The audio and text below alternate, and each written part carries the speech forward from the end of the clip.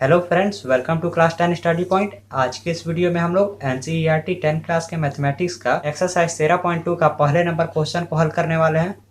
तो आइए हम पहले नंबर सवाल को समझ लेते हैं।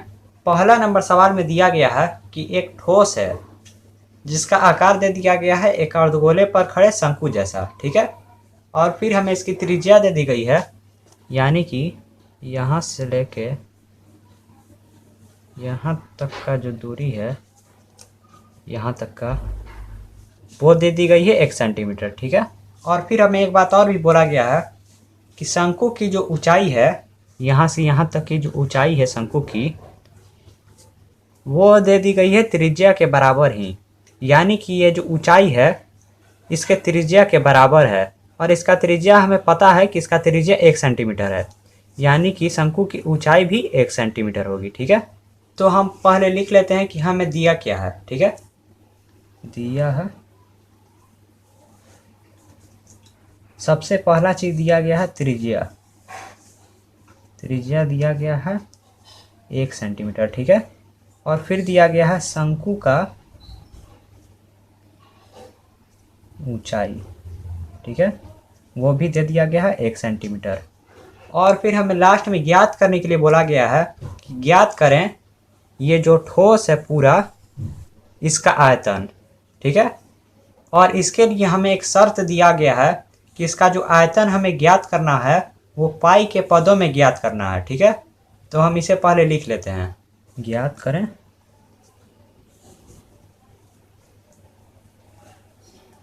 ठोस का आयतन, और ब्रैकेट में हम लिख लेते हैं पाई के पदों में। आपको यहाँ तक तो समझ में आ रहा होगा कि आपको ठोस का आयतन निकालना है, लेकिन आपके दिमाग में चल रहा होगा कि ये पाई के पदों का मतलब क्या है, ठीक है। तो मैं समझा देता हूँ। अगर हम ठोस का आयतन निकाल रहे हैं, अगर फॉर्मूले में कहीं भी पाई आ गया तो हम उसके मान को नहीं बैठाएंगे, सिर्फ उसे पाई ही रहने देंगे, ठीक है।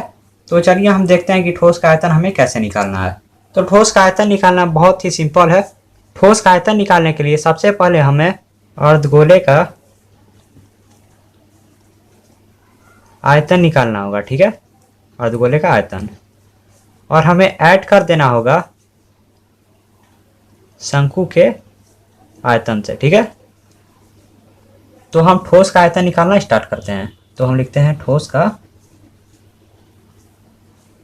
आयतन पाई के पदों में, ठीक है, इज इक्वल टू अर्धगोले का आयतन प्लस में शंकु का आयतन, ठीक है। इसी प्रकार हम नीचे आते हैं और इज इक्वल टू अर्धगोले का आयतन होता है 2/3 पाई आर क्यूब, ठीक है।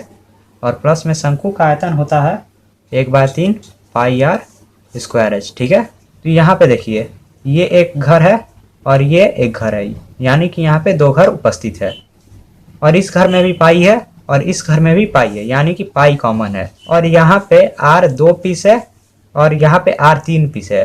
तो अगर हम इन दोनों घर में से 2 पीस आर को निकालना चाहें तो 2 पीस आर कॉमन हो सकता है।